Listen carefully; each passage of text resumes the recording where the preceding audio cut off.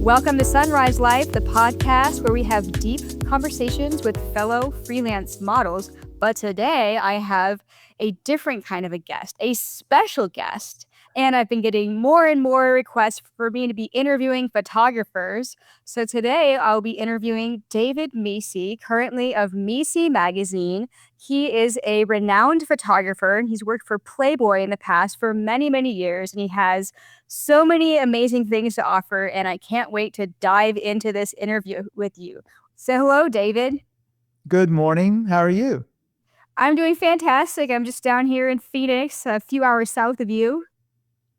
Oh, you're about a 5-hour drive away. Yeah, just a hop and a skip. Yep. It's awesome. So you're up there in Las Vegas. Have you always been based up there? No, I moved to Vegas back in 2016.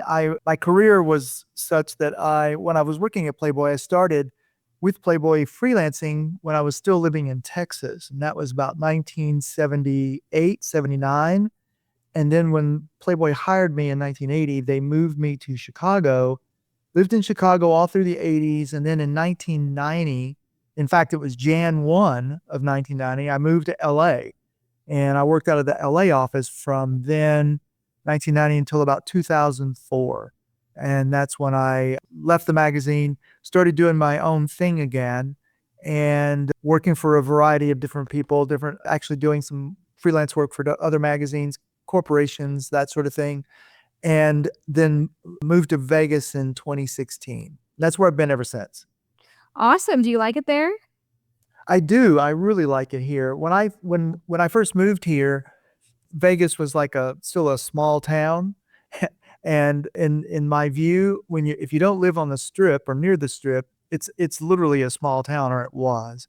In the last 3 years, since a lot of people from California have begun to move out of California, they've been hitting Las Vegas quite often, quite a bit, and they are really adding to the traffic and growing the city pretty much. So it's been kind of a crazy situation in the last 2 or 3 years. I mean, when I moved here, and only 4 or 5 years ago, the traffic was almost nothing, and now we have traffic jams. It's amazing.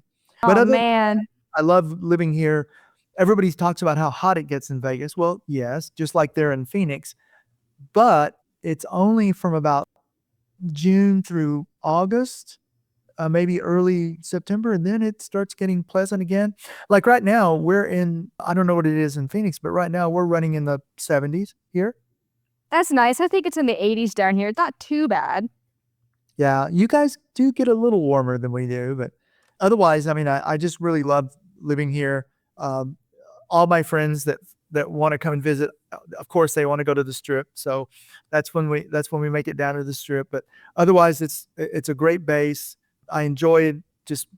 I live in a quiet area of the city. It's an area called Summerlin. So for me, it's up by the mountains. It's very pleasant, very quiet. It's really nice. That's awesome. Well, I have so many questions for you. And I know that there's a lot of photographers that listen to this podcast that are probably just like chomping at the bit, wanting to hear these answers. Let's start way at the beginning. Before you started working for Playboy, how did you first get into photography? Wow. Interesting that my life story is sort of not strange, but almost idyllic, I guess you call it. I mean, growing up in Texas, I was born in Dallas. The family moved from Dallas to East Texas, to the country, when I was 10 years old. And I got into music early on. Playing the trumpet, became very good at that, and thought that was going to be my destiny, was to become a professional trumpet player. But then also I was an artist. My mother was an artist. So I was into art, music, that sort of thing. And it was, I thought that's where I was headed. But after college, because I went a couple of years to college on a music scholarship, I ended up in a bad motorcycle accident that put me convalescing for nearly 9 months at home. So what I did was I did my drawing and my artwork as I recuperated. And each month I would go to visit my doctor. I'd take some of my images with me, some of my drawings with me, and show my doctor. And one of my visits, he said it turns out he was an avid amateur photographer himself. And he said, you know what, you should buy a camera and photograph these people rather than having them sit for you when you do their drawings and portraits.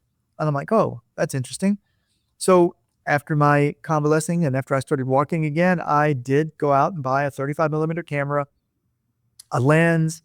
I read the little booklet that came with it from front to back, started taking photos and really enjoyed it. And it was early on that I discovered my love of it. And I don't know what possessed me, but I just really got into it, started teaching myself. I started reading every book I could get my hands on about photography, and my my skill set grew very rapidly, and I suddenly became a big fish in a little pond. I started shooting for some of the local businesses, retail boutiques for women's clothes, swimming pool company, and stuff like this, to the point to where within just a couple of years I became very, very good. And then the newspaper editor for the sports section hired me to photograph the Dallas Cowboys, and I would go to Texas Stadium in Dallas every Sunday and photograph the Cowboys. And anyway, it just kept spiraling upward. And when an ex-girlfriend asked me to photograph her, we went out to do the photographs. And as I'm putting my gear together, I was putting my tripod up because we were out near a little waterfall. I turn around and she's actually naked. So she Nice. she had taken all of her clothes off, and she wanted to be photographed nude. And I'm like, oh my gosh. Well, I ended up photographing her really nicely, and I made my way through that. And then she would come to me a few days later and ask me if I would send those photographs to Playboy. Now, up until that time, believe it or not, I had never seen a Playboy. So I went out, bought one, started looking at it, and it was interesting because, I mean, I had been photographing ladies girls that I knew, but I mean, with their clothes on, but I had been photographing them and didn't realize I was photographing them in the posing style that Playboy used, which was having the girls be very relaxed and very curvy in the poses. And anyway, as I was looking at the magazine and I was studying it, I'm like, wow, yeah, this looks really cool. And so I started trying to emulate that same lighting with my own lighting using literally little speed lights. And then I developed my own kind of modifiers to go on my little speed lights and stuff. And so I started doing that, and I sent her photos off to Playboy and got a really nice letter back, rejecting her, but they said they really liked my work to continue, submitting. Well, I go, this might be kind of a way to go. So I started shooting more. I started asking my girl friends if they would do a little bit more of the topless stuff. And it was kind of funny because I was in a small town of about 45,000 people, but somehow they trusted me and I was able to get them to do it. So I built up a little portfolio of these images. So one day I'm in a camera store in Dallas, Texas, and there was a Nikon rep there. I remember his name to this day. His name was Sam Garcia. Sam, the local store owner said, there's this guy from East Texas that comes in here. He buys some really good camera gear from me. His work's really good. You should see it. So Sam comes over. I'd like to see your work. And I always carried my little portfolio around with me. And he starts looking at my images. And most of the stuff I was showing him was cars and football and sports stuff. And he said, oh, this stuff is pretty good. And he goes, and then he looks in the back of my bag and he goes, what are these photos? Oh, that's just my hobby stuff. Pulls it out and it's the girls. And he starts looking at it and he goes through 3 or 4 or 5 and he looks at me and he goes, this is what you should be doing.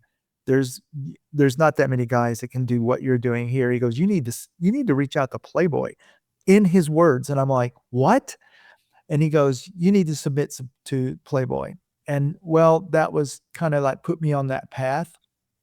So I ended up going and visiting an editor with a car magazine out in LA.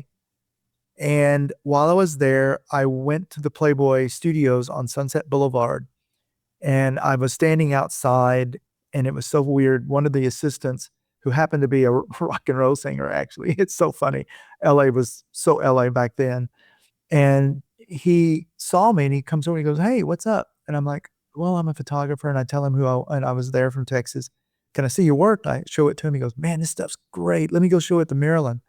Marilyn was Marilyn Grabowski, who was the West Coast editor of Playboy. So he goes in, shows it, comes back out, says, "Marilyn said if you'll move to, are you moving to LA?" And I go, "No, not really." He goes, "Well, if you move here, she would hire you and use you." And I'm like, "Oh, wow."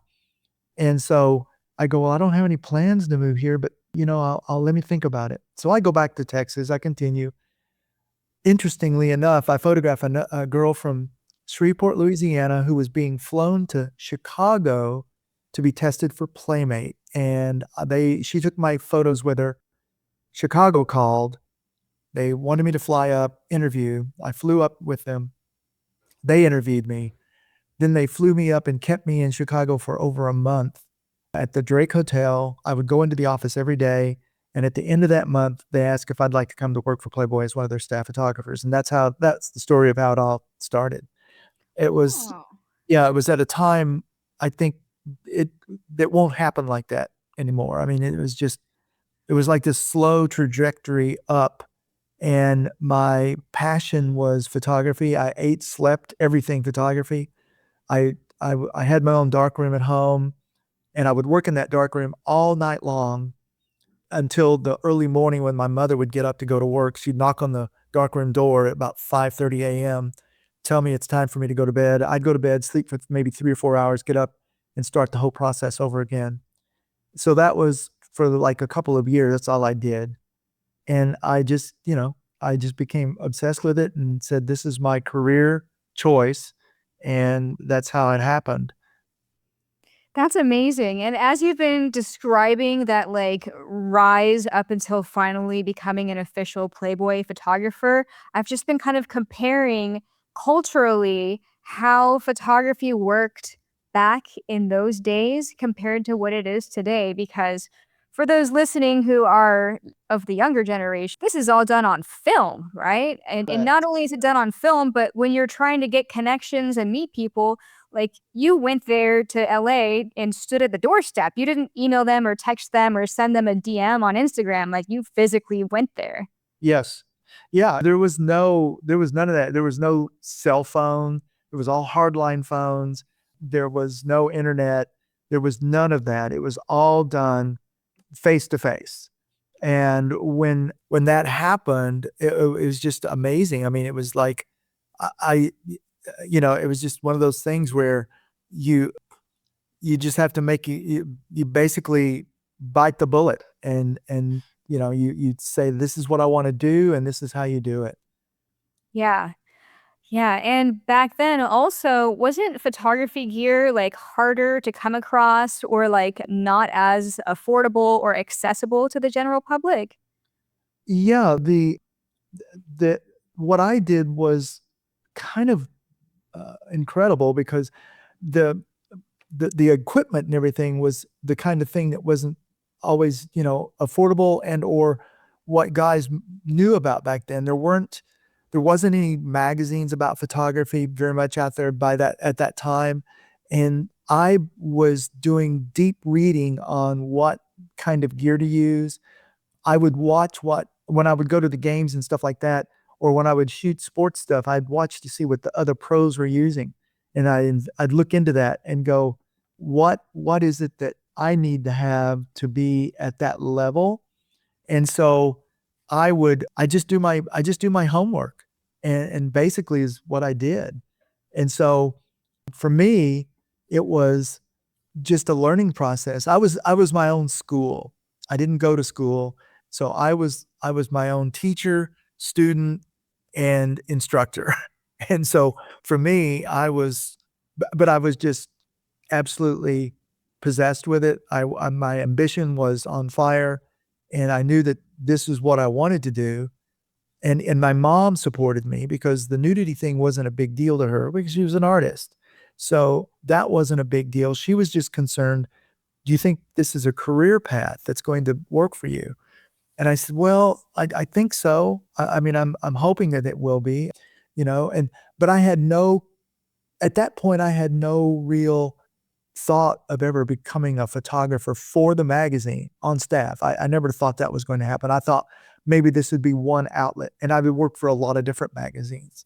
But it's a funny story. While I was in LA, when I was there staying, and the assistant took my work in to show Maryland. Before I had gone there, I had met a photographer who was a friend of the guy I was staying with, who actually was a photographer for of all magazines, Hustler. So he was super nice guy. We had lunch and he said, look, you want to show your portfolio to my art director? And I went, sure. So he took me to the Hustler building over on La Cienega Boulevard, still there today. We go up, we meet with the art director, and I had some slides and a slide sheet, couple of slide sheets. And the art director was really super nice. He lays them down on his light table and he's putting a loop on him, looks at him for a minute or so. And he looks up and he smiles and he gathers them up and hands them. He goes, you know what? You need to go to Playboy.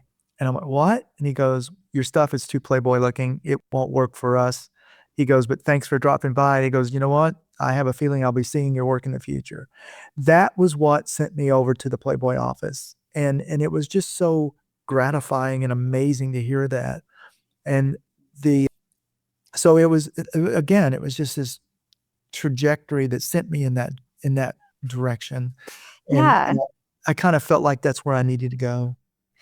It sounds like it was not just a trajectory, but it might have been like your destiny. And I kind of want to recap for those people listening who are photographers or aspiring photographers or models or artists or creative freelancers in general that like want to get themselves out there. What David is saying is that he was already living and breathing his art and his passion long before ending up as a professional Playboy photographer. You were already in it to win it. Like you were already dedicated to your craft. Like you sought out all of the devices and the camera equipment and you modified your own speed lights and it wasn't easy back then. There was no internet. You couldn't just ask Siri, "Hey, how do I do photography?" Like everything was manual and everything needed to be like done in a dark room. Like everything was the hard way back then. And you persevered through that with your passion. There was no easy shortcut like there is today. And I think that the presence of easy shortcuts and affordable, accessible stuff today makes people take photography for granted, honestly. To a large degree, yes, that's what I see happening. Also, the incredible technology that's being put into the cameras today, the algorithms that are put into the cameras makes it extremely easy for an individual to get a let's say a mirrorless, which is very light now. I don't shoot with a mirrorless. I still use a SLR, digital SLR. I work with a Canon 5D Mark IV, which is considered old school, but I love the images that comes from it. And so for me, I still live in that world where I have to still do everything myself. I want to control everything. That's why I use so many lights, but that comes from the history at Playboy as well, because what we would do and what is now been abandoned by Playboy, then what I quote as the new Playboy, I've noticed that they don't do that. They're not shooting inside really lavish interiors or sets that we once did. They are doing everything almost natural light, maybe bounce one big light off in a room or something like that. But it's all being done very natural light, a lot easier than it was back in our day. We would literally create a moment in time, a scene by, changing what the set looked like, adding depth of light into the scene, giving it a feeling, and then putting that gorgeous light on the model, highlighting every curve, beautiful light on the face. And so what I've tried to do is I still try to do that today, even with my magazine, Mece. I do the same thing today. I shoot anywhere from 6 to 7 lights on a set, sometimes as many as 9 or 10. that's one of the things that I think makes my magazine so different from all the others that are out there today. I do the multiple light setup. And even on a set, on a set that's in the studio, I in fact over the last couple of months issues, I've used as many as 10 lights on a set to light the scene, to Wow. create that moment. And so for me, it's just I don't know, it's a legacy that I'm trying to uphold with my magazine. And even the photographers, and I do have some photographers now that are aspiring to shoot for me. And I've got a couple of guys that are really, really good. They're coming along. They're still trying to learn the craft, and I'm there to help them. And I also still do workshops. In fact, I'm doing a workshop in Dallas in just a couple of weeks. May I think it's 13 or 14 through the 17th, Thursday through Sunday. Oh, and one of the things I'm offering on the Thursday, I'm actually photographing a young lady for my magazine. And the attendees are going to be what I call a fly on the wall. They're going to get to watch this happen from start to finish. How I shoot the covers, her centerfold, her pictorial, everything. That's part of the workshop. And that's going to happen on Thursday. So, That's exciting. yeah, so I think that's going to be an eye opener because they don't get, I mean, they're going to hear me, they're going to watch how I do it, they're going to see the interaction, they're going to witness what really goes into a photo shoot. Because they're always asking, well, how do you get her to feel so comfortable? How do you get her to this? How do you come up with that idea? Where, where do I place my lights? Why do I place my lights? In a lot of cases, my lights are very random. I don't do them per se like by the book. I will place lights in the most random, strange places on a set to create that mood or that effect. And so they will be seeing this live. And it's something I've not offered before. And I think it'll be a lot of fun. And I think it will be amazing for them to witness this. Thankfully, the young woman is gutsy and going to allow me to do this. And we've been talking about it and she's excited. And so anyway, that's happening on the Thursday. And then I'm teaching all day on Friday. And then the guys are able to photograph. We have some great locations on Saturday and Sunday, 4 of my centerfold models that's going to be there. And so it's going to be pretty amazing. Wow, that sounds like a really exciting event, and that's really awesome that you're allowing people that are attending to be a fly on the wall for the photography process. Because from what I understand, back in the day when all of this like lighting was first getting crafted, it was more of like a mystery, and the photographers, from what I heard, wanted to keep their photography secrets a secret, and there weren't so many photographers sharing their techniques. That is so true. It's so funny. One of the things that happened to me when I first did my first gatefold, which back in the day, we used a camera called an 8x10 view camera. And that's one of those big box cameras with the bellows on it. You had to put the hood over your head to be able to look into the back of on the ground glass. And you had to use a loop and the figure, the person you were photographing in the camera itself, when you would look on the back of the ground glass, she was upside down and backward. So it was the most bizarre way to photograph someone. I mean, think about that. And Wow. so yeah, I know. And so we would have to do that. And one of the things was that camera was even in the film days, that camera was amazingly sharp. I mean, the images on an 8x10 piece of film on transparency film back then was gorgeous, absolutely beautiful, but and sharp as a tack. But the problem was it was too sharp. And so what happened was there was diffusion placed on it, but I didn't know how to put diffusion on an 8x10. In fact, here's a strange little bit of information. When Janice Moses, who was the editor there in Chicago, the Playmate editor, had me do my first gatefold, um, I didn't know how to use an 8x10 view camera. I had never used one before. And so she said, okay, we want you to photograph Susie next week. We're going to do 8x10 on her. We really like her. And that was a girl I found. And I'm like, okay.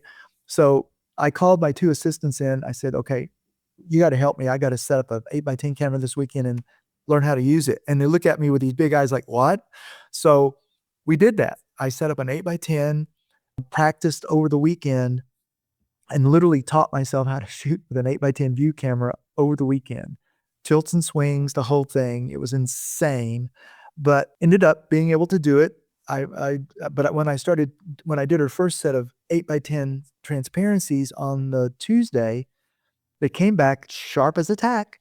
And so Janice calls me into her office and goes, David, well, these look really good. The light looks great, but they're too sharp. They don't look like Playboy. And I'm like, oh, I forgot to put diffusion on, not knowing how. I just kind of lied. And I went, oh, I'm so sorry. I'll shoot more with the diffusion. And she goes, okay. So I go back into the studio and I'm sitting on a stool and I'm looking at the Polaroid and I'm thinking, what am I going to do?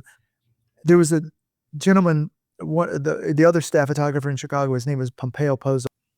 Pompeo was older gentleman. He was probably in his late 50s, early 60s by that time already. He had started with Playboy far earlier, worked directly with Hef for a lot of years. Anyway, his office was next to mine, and he walks in and he walks over and he was Italian and he had a great accent. And he said, I hear that you having problems with sharpness on the camera and on the 8x10. And I'm like, yeah, I don't know how to diffuse it. And he lifts up a piece of material that's like a black mesh. And he goes, I get this in Paris. It's very special. This is what I use on my 8x10. Put this over the ground, put this over the back of the lens board, and this will give you the diffusion you want, but you have to add about an extra stop of light. And I said, well, thank you. And so I put it on, and that was it. And so I started shooting gatefolds with using that material after that. And it was amazing that he would share such a secret. And so that was one of the things that, I don't know, the guys were very secretive about their stuff, even though I wasn't. I didn't care. I thought, whatever, I just wanted to shoot really pretty pictures. And if people saw how I lit, that was okay. Plus the fact I didn't think they really cared how I lit. They didn't think anything about like I was very special or not. But anyway, that was one of the things that, yes, was very true, that the photographers are somewhat secretive because they use some different devices to do certain things. And so, yeah.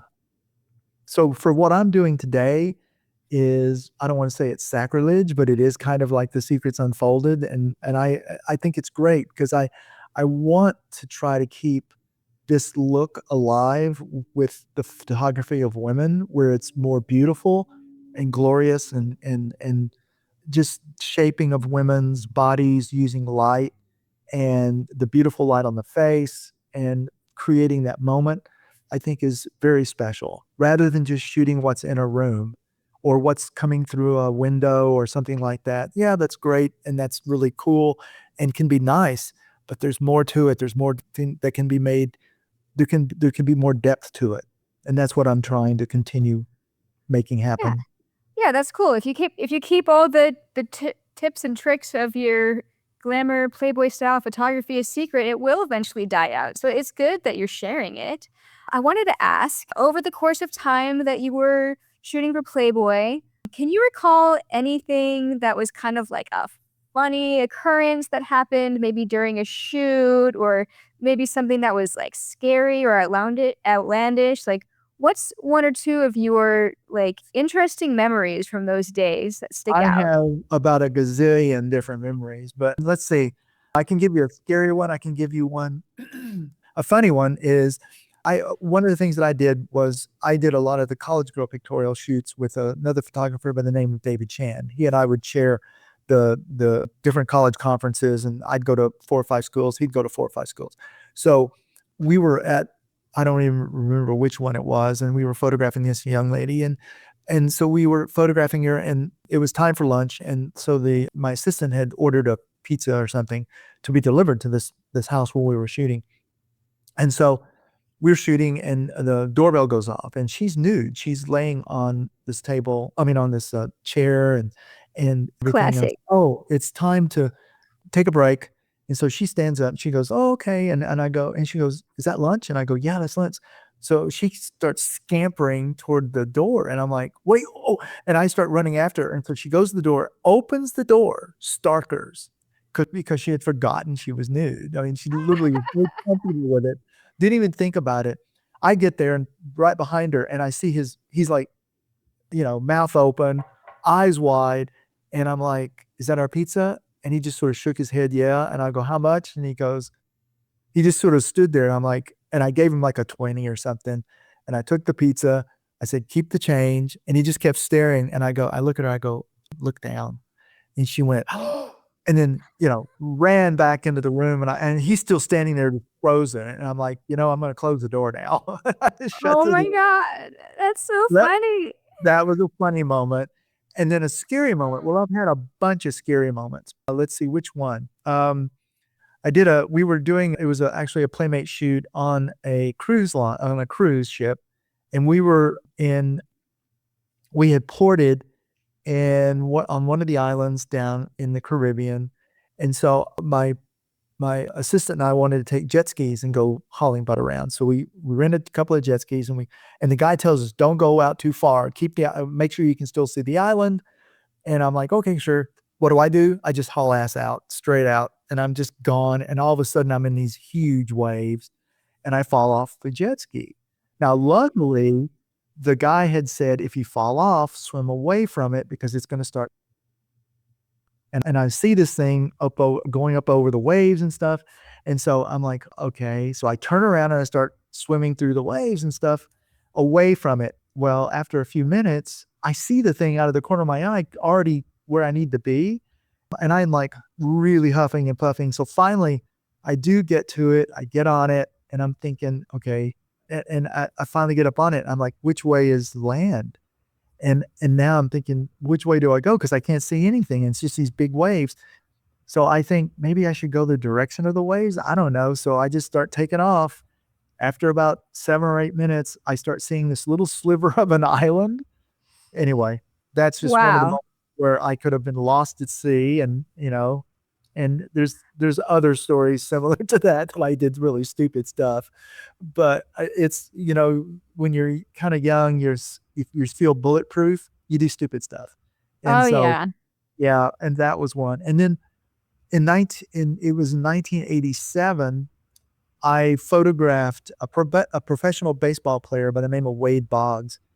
And during the interview, he said, I wish I did what you do. And I'm like, oh, come on. I wish I was a baseball player. And he said, let's trade places. I'm like, what? Like that guy that trades places with people, and he does their football playing and stuff like this. I go, let's do that. And I'm like, I don't think that works. Do you think the Red Sox would let me play? He goes, well, did you ever play baseball? And I went, well, yeah, in high school. And he goes, perfect. And he's like, I'll talk to the Red Sox organization and you talk to Playboy. I go back to Chicago, tell my director of photography about this. He thinks it's a great idea. He goes, let me run it by legal. The next day he goes, I think you need to start practicing. What? He goes, well, legal said what does he do? Break an arm? It's fine. It'll heal. So so I call up a buddy of mine down in Tampa who I had met when I did the Girls of Florida. And his name was Lou Maggio. Lou was baseball coach down there besides other things. And I told him what was going on. At first he laughed. He goes, that's not real, right? And I go, yeah, it is. He goes, can I have you for a couple of weeks? And I'm like, I'll see. And so they said, yeah. Playboy flew me down to Tampa. I stayed down there. I had my own mini training camp. I learned how to field the ball at third base, make that throw to first, which is long. I now have a torn rotator cuff because of it. But Oh, anyway, I ended up going to Comiskey Park and working out with the Red Sox before a game, an NBC game of the week. It was, wow.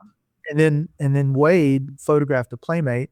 The problem was Wade never focused the camera. He was so enamored with her, he didn't Oh, even, and none of his pictures turned out. So anyway, that's so crazy. So you guys did trade places for an experience. It's too bad that he couldn't focus the camera. I know. And I was there with him trying to help him, but he was just like, like a deer in headlights. All he could do was just stare at her.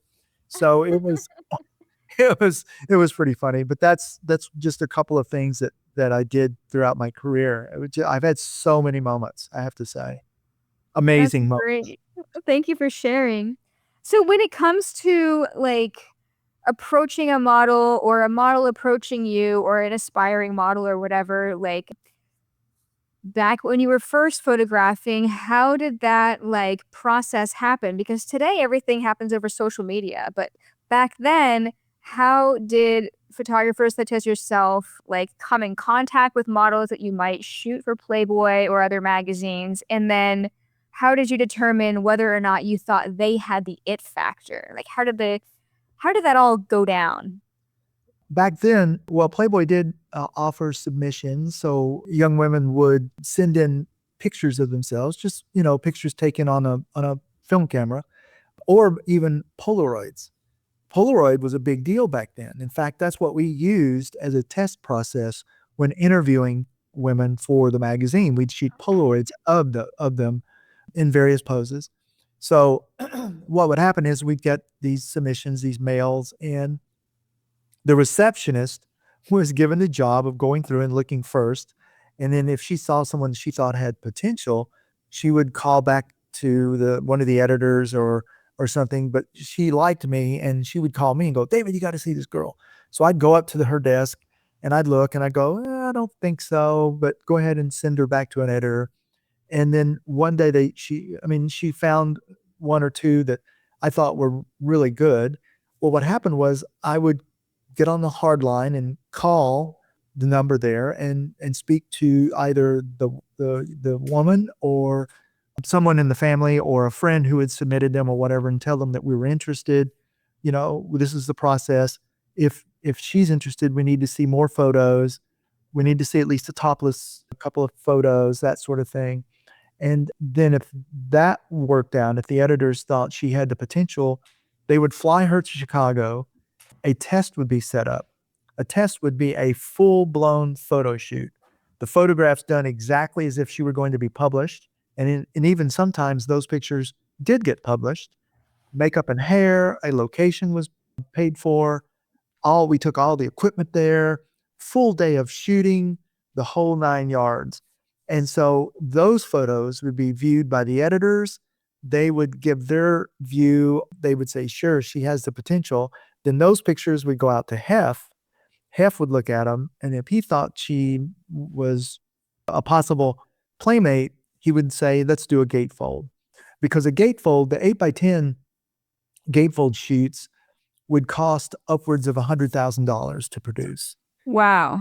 Yeah, between film processing, people involved, stylists, location, which was usually the studio because we build a set, the set being built, the cost of that, and then all of that combined over a week or two, because it would take a week to 2 weeks to do that one photo, was upwards of close to $50,000 to $100,000. It was amazingly expensive. So Wow. that whole process was just insane because of the cost back then of film. Now think about that in today's dollars. That's Yeah. major money. Yeah, that's a lot of money. So, but the magazine was making a lot of money. So, I mean, that's how we were able to do it. And so that was the process. Or let's say I'm out on the road doing tours, I'm doing searches, or I'm out working on college girl features. If I spot someone that I think might be a playmate potential, I would walk up, I'd introduce myself, I'd give her my Playboy card. I'd say, look, I think you have this potential. You have a great look. See the number on there, call that number, speak to the people there, make sure that they, ask them if they know who I am, that I am for real, call them and see what the next step is. And then that's all I do. I wouldn't really try to, talk them into it or anything else. I just give them that opportunity to call Playboy. And I found in my years at the magazine, through my searches and just walking up to various young women, I found 24 playmates in the years that I Wow. Playboy. Yeah. I was a playmate. I was just I could see one from a mile away. So I had kind of a knack at seeing what they had And then I even found some that I thought should have been Playmates that got turned down. So it wasn't an automatic. I mean, think about it. There's only 12 a year, which also is the same for my magazine for Mece. I mean, I only choose one model in the middle. That's what I call the women that end up in the centerfold of the magazine. She's my model in the middle, my equivalent of a Playmate. I love And that. yeah, and so she's also on the cover and gets the largest layout in the magazine. We also do articles as well on travel, entertainment, food, wines, spirits, science. It's a full-bodied magazine. It's really cool. Oh, that's awesome. I can't wait to get a copy in my hands. And I know, no, it's really cool. You know what? I'll have to send you one. I'll have to send you the May issue, which was photographed by a friend of yours by the name of Tim Bennett. He's a Dallas. yeah. He has come on board as one of my shooters. He's a contributing photographer to Mece, doing a great job for me. I have another gentleman in Dallas, also in Dallas. His name is Wade Monroe. So both of those guys are doing some really good work for me. But it's a learning process. They've aspired to be really good photographers and everything, and they do some good stuff. But it becomes a different mindset, a different thing when it comes to shooting an entire pictorial combined with shooting covers as well as a centerfold. There's all of that has to come together. And that's why I'm doing what I'm doing on that Thursday for my workshop to show what goes into that. It's not just shooting a bunch of pretty pictures. It doesn't work that way. There's some Yeah. hands needed to make it work. What is your thoughts on how technology and culture today has affected model photography in your opinion and in your specific perspective? Well, I'm inspired by the fact that most of the young ladies coming out and modeling find the nudity issue not to be a big deal. They find that's just part of the work ethic, which I think is tremendously awesome. Back in the 80s, 70s, and 80s, it was a little bit different. I mean, it was when a young lady wanted to pose nude for the magazine, gosh, she was stepping out of the norm. I mean, that was a big deal. So, and there was a lot of resistance to it, even though there's still some resistance out there today. I think that the women today have a lot more, I don't know, self-esteem and or more guts, let's call it. And they have a better sense of themselves and treat it as just part of what modeling is. And it's just something that it's part of the job. As long as the photographer's professional, then they're good with that. And I think that's a huge part of it too. If a photographer is not professional or acting professionally, I think that any model that's there should just go, thank you so much. I got to go. I'm out of here, gone. And they should leave. To me, that's part of what has kept me going all these years is my professionalism, my way of making a woman feel so very comfortable in front of my camera and enjoying the photo shoot. I also am very lighthearted when I shoot. I try to make things really fun to the point that where I've had models literally falling out of poses because they were laughing so hard. That's But it awesome. was so I treat it as a really fun experience. And by doing that, it keeps the moment very light and it keeps the moment not so serious and or getting to a place where it feels uncomfortable, and that sort of thing. So for me, I think that the models today, I really admire them that they're able to do that and be able to do that with confidence. And that's another thing is is giving them that sense of confidence when they're shooting. And you yourself as a photographer need to be confident, not cocky, but confident in your work so that the girls can feel good that their images are going to look great. Yeah. Yeah, I agree. I totally agree. Do you feel like the rise of the internet and social media has impacted things like magazines, like Playboy in the past and like current magazines today? I think that, yeah, to a large degree, what's happened is Instagram itself has become a magazine of sorts of its own. but it's very, I mean, the whole, and I'm now going to probably say some things that'll probably have people go, oh no, you can't say that, but I'm going to say it. I feel like they censor, and I find that really tragic. Yeah. But at the same time, because of that censorship, that's why I think my magazine and other magazines of my type, at least of a upper level that has a higher standard, should be more successful because it gives the models a place to do a little more provocative style of photography and make it look great and everything and still be seen. I mean, I just don't like seeing what they do on these various Instagram pictures where they put the black bars or they smudge out things and stuff like that. It just looks awkward and it doesn't Yeah. do justice to the photography. It doesn't do justice to them. It's not the actual photograph. It's like a rendition of it, but it's not the true thing. And I know that, gosh, I mean, they get the followers, they do get all the likes and everything, but to me, it's not the photograph anymore. I feel like if you're going to do the photograph, show the photograph and be proud of it. You don't have to hide. Don't hide everything. Make it wonderful and then show it. Either there, if you can't show it there, find a place. Submit to a really nice magazine. Submit to me. I mean, submit to mecemagazine.com. I mean, it's like I'll take a look at them, and if they meet the standards, of course, I will go, hey, I'd love to publish your work. That's what I'm hoping. That's why I started the magazine. It wasn't just for me, for myself, but I wanted to make it to where it could be a platform that can keep that style of photography alive and hopefully inspire photographers to continue doing it at that level. Yeah, I agree. That's amazing. Just a few more questions before we close out. One thing that I try to ask everybody on the show is if you could describe a situation in your life, and it could be related to your photography or not, where you were faced with a challenge that you had to overcome. Well, I've got several of those.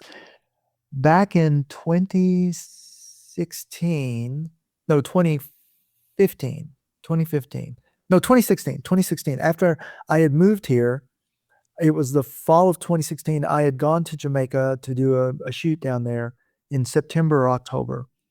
I had allowed my medical insurance to expire because it was so freaking expensive, thinking I'm fine, I'm good. So it's Christmas week. I'm at home here in Vegas. I had just moved into a new house or into a house, and I had an office upstairs on the second level. So I was in my office and I had 5 big photographs laying on the floor that I had printed. Anyway, it was Christmas, the night before Christmas Eve, and I was up really late and I started having some back pain and I didn't know what was going on. And I felt, okay, I'm getting tired. Maybe I'll just go to bed. So this was around midnight. I go to bed. I wake up around 3:30 in the morning in absolute agony. I couldn't stop the pain. It felt like knives being stabbed in my back. I could barely move. Nothing helped. I got up. I took a bunch of pills like Advil and stuff like that. Nothing helped. I thought I had contracted something. I thought I was dying. I literally Wow. thought I was dying. So I wrote I wrote something on Facebook. Sorry, this may be my goodbye. Blah blah blah blah. Now, Autumn's over here snickering because she's heard this story so many times. Um, I had just met the gentleman next door who lived next door to me, who was a former truck driver, and he was into photography. And when he found out I was a photographer, he was just like so excited that he was going to ask me questions about photography. And anyway, this guy always got up at like 4:30, 5 a.m. in the morning. So he sees my Facebook post, calls me at 5 a.m. and he goes, "What's going on?" And I'm like, I don't know. I think I don't know what's going on. I am this really intense pain." He goes, "Where is it?" I go, "It's in my back." And he goes, "Okay, I'm gonna wake my wife up. She's a nurse of all things." So he's off for a moment, comes back and goes, "She wants me to take you to the ER." I go, "I can't. I don't have any insurance." "It's fine. I'm gonna take you. They have to take you." I go, "No, no, I can't." He goes, "Never mind," hangs up. About 5 minutes later, there's a pounding on my front door. I go downstairs. Anyway, he he he literally makes me go to the ER. They learned that I have a huge stone in my kidney about the size of a golf ball. I have Oh, another one in my ureter about half an inch in diameter.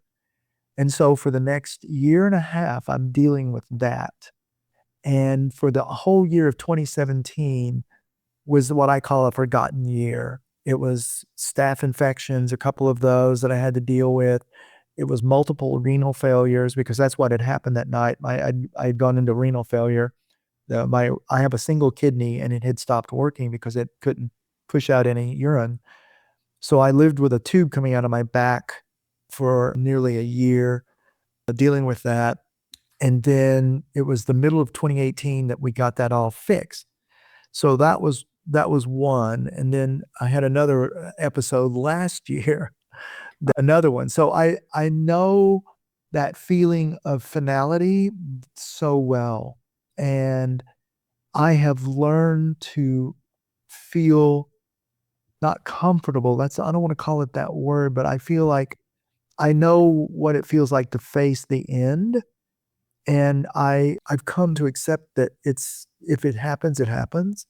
And there's nothing you can do about it. All you can do is live your life to the fullest as long as you can. And that's what I'm doing now. And that's why I'm continuing to work like a madman on my magazine. And I'm still doing these workshops because I want to leave a legacy of what I did through the years with my photography, not only at Playboy, but for other things. Um, so that's kind of my bad thing that's happened.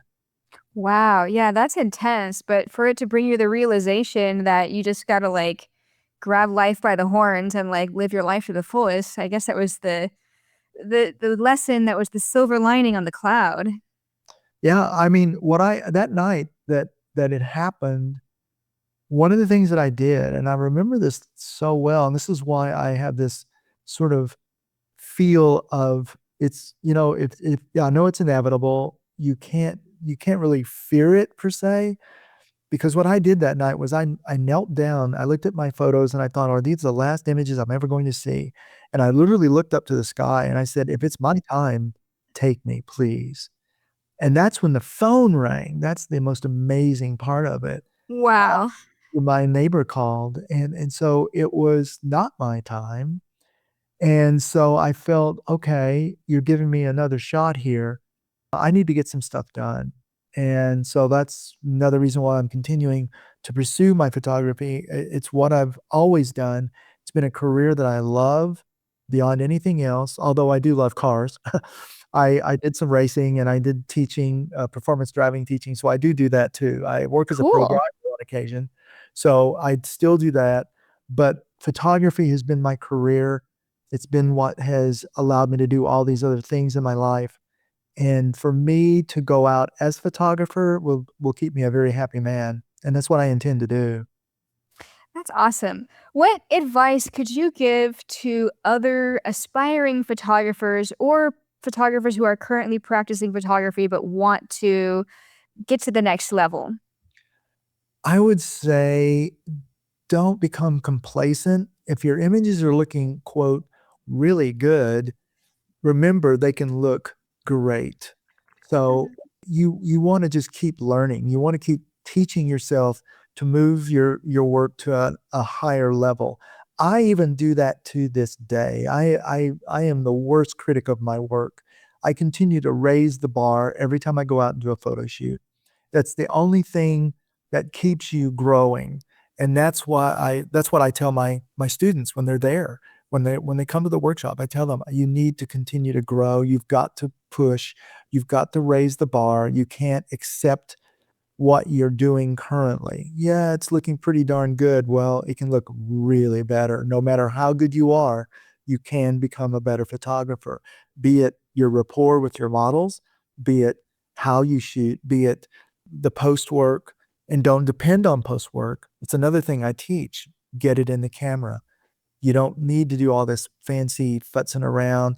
This whole AI thing that's coming on, I know it's a huge I'm going to say, I don't want to call it a crutch, but it is something that people are taking far too advantage of.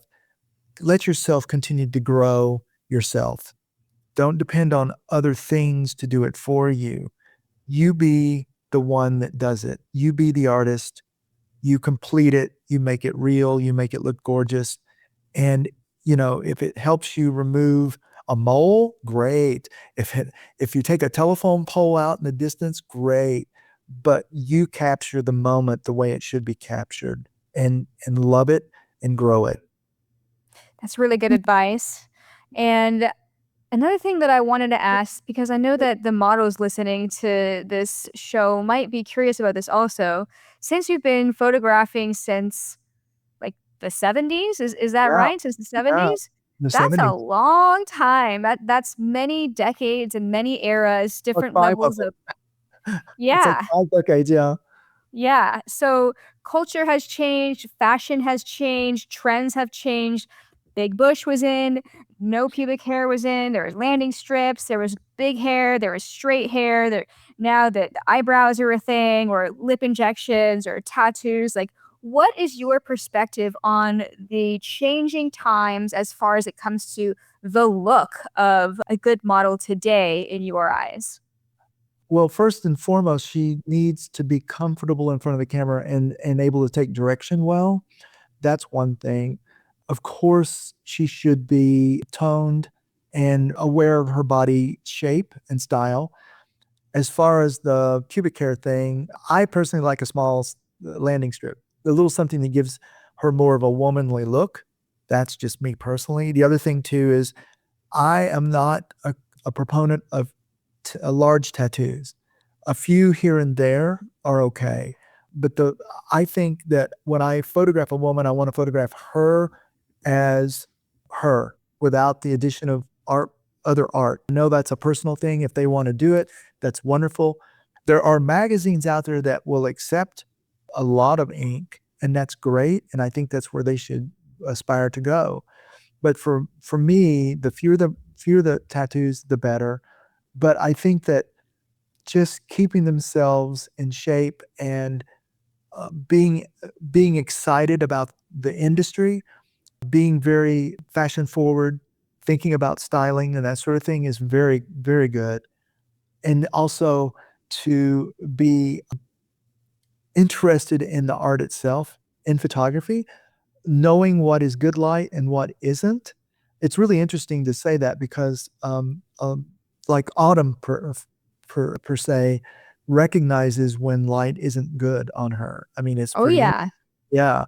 But a lot of the younger models, I don't think realize that yet. They just think that it's posing and they're getting some decent pictures or whatever out of it. But no, there's a lot to it. If you see a light over here that should be a little more toward the front, they know that the light's not going to be good or something like that. But just those kinds of things that I think that they need to think about, know their direction, because if they're wanting to pose for a certain magazine, know what that magazine wants. That's another thing. I mean, the same thing goes for photographers. Look at a magazine, know the style before you submit, because the stuff that you do may not work for that magazine or for that company or for whatever. So think ahead, do some research, research the photographers. That's another thing I think a model should do. Oh, Ask yeah. ask other models who have worked with a photographer, what's he like? What's his personality? What does he like in his photographs, in his wardrobe that he uses, that sort of thing? And most important, how is he directing? Does he direct well? Do I need to know what I'm doing, moving, and all that sort of thing? These are all questions that I think other models can give to other models. So I think that models staying in touch with one another is very important in this day and age, and way easier than it was back in my day, back in the days in the 70s and 80s. Oh, yeah, definitely. Yeah, and that's one of the main benefits of technology, at least for me and the other models that I'm aware of, that we stay connected with each other. We ask each other for help, that's just amazing. It's not just like a dog eat dog world anymore. Because of social media, people seem to have kind of come together in this. Exactly. The social media thing it's been a help, but it's also been a hurt because of some of the things I spoke about the whole censorship thing. But it's been a huge help in staying connected and being able to reach out and talk to someone you've never been able to talk to before of anywhere in the world. That's what's amazing. Awesome. Well, David, it's been such a great conversation. We're kind of coming up on our hour now. I wanted to ask, where can people listening find out about your workshops and all of the things that you have available for people to check out? Well, as far as the workshop goes, they can go to my MecéMagazine.com. Um, and then there they can, hold on, I'm going to give you the exact, Yeah, no problem.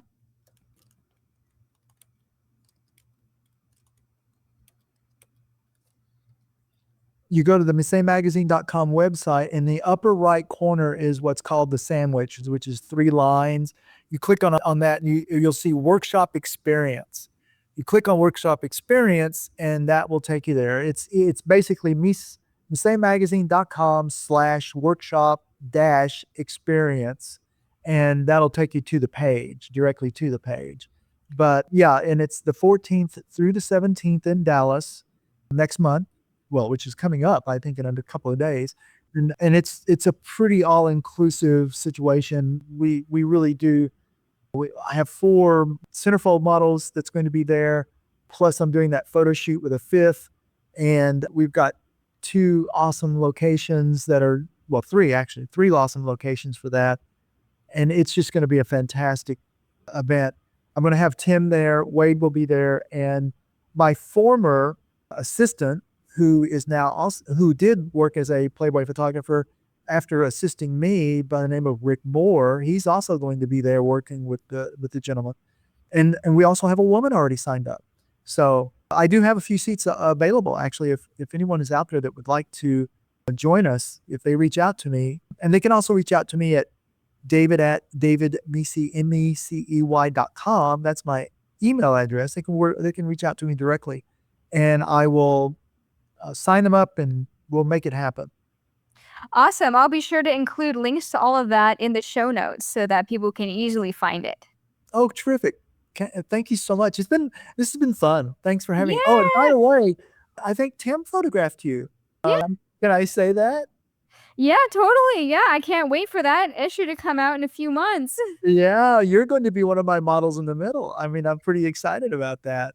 Thank So you. Yeah, I that was haven't, fun. I haven't even seen the photographs yet, so I'm anxious to see them.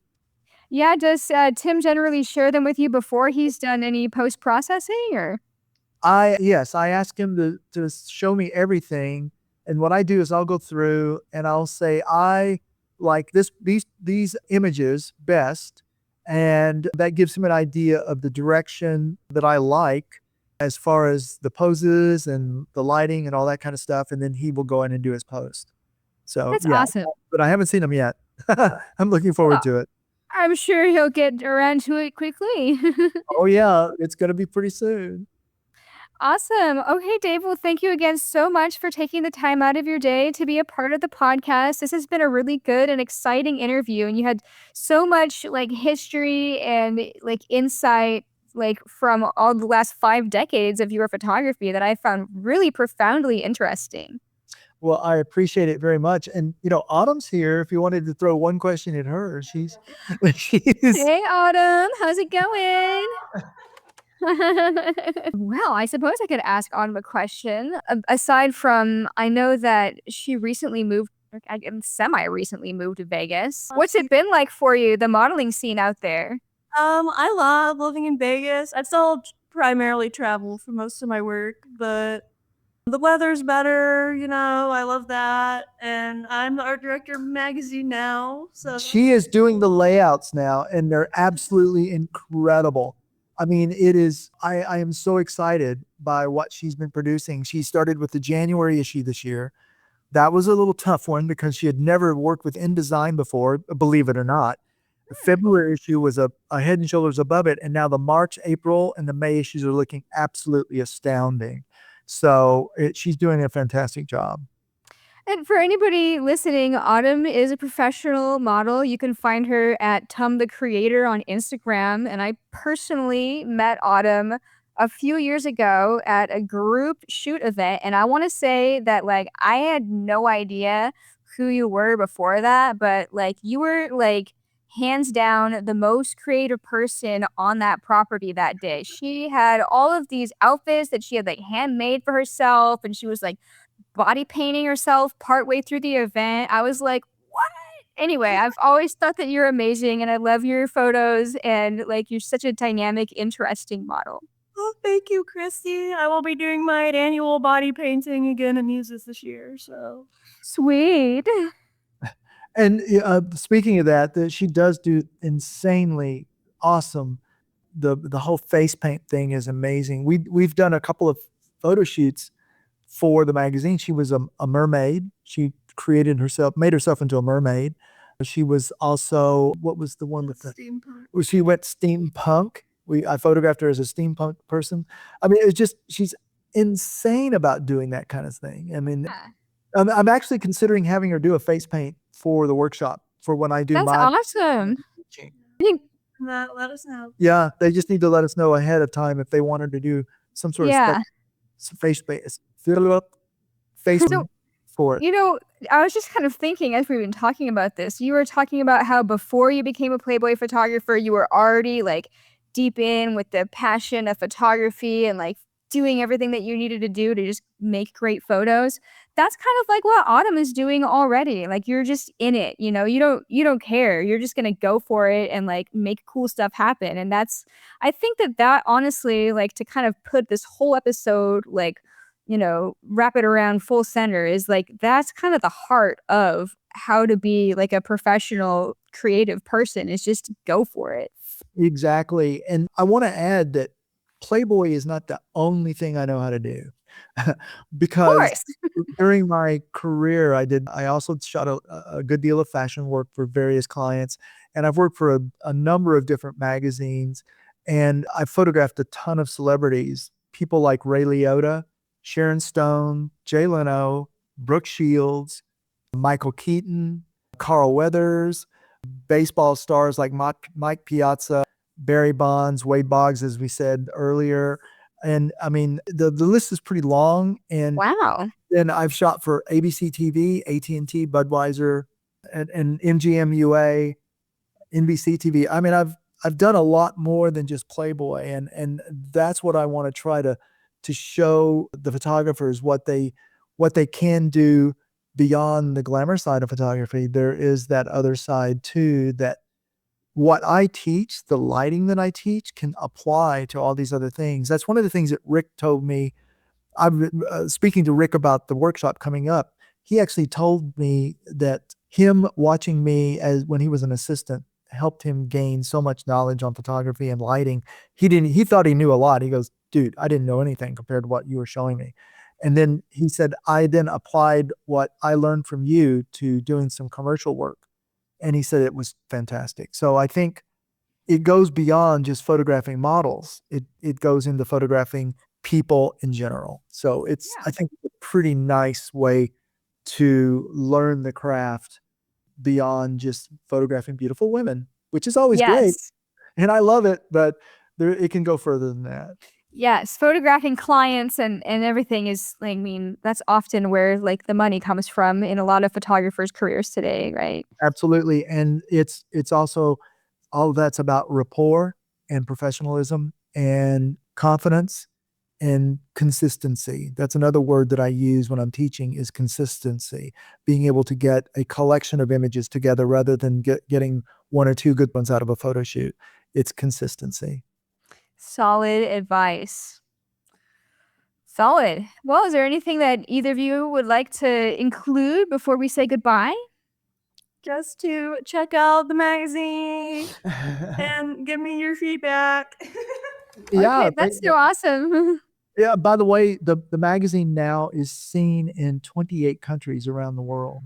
Oh, wow. That's I know. awesome. It's pretty amazing. I'm so excited about it. I mean, and it's growing. I mean, we're going into our 5th year this year is the start of our 5th year. We actually got a brand new logo that's going to appear on the May issue. The cover comes out. Is tomorrow the 31st? Or yeah, is it? I think it's the first tomorrow. Tomorrow the 1st. The issue will be out tomorrow, and we'll have a brand new logo on the cover. We've just Nice. got that developed, so we're excited about that. And anyway, yeah. So if join me in Dallas. I'd love to meet some new faces and show them what I can do and show them what they can learn to do and take home with them. Super. I'll make sure that this podcast episode comes out within the next 24 hours to give as much listening exposure as possible. That's awesome. Sounds great. All right, guys. I'm going to let you go now. Thank you again so much for doing this with me. This has been great. It's been awesome. And thank you. And again, I'm looking forward to seeing your photographs. Awesome. All right. Catch you later. Bye.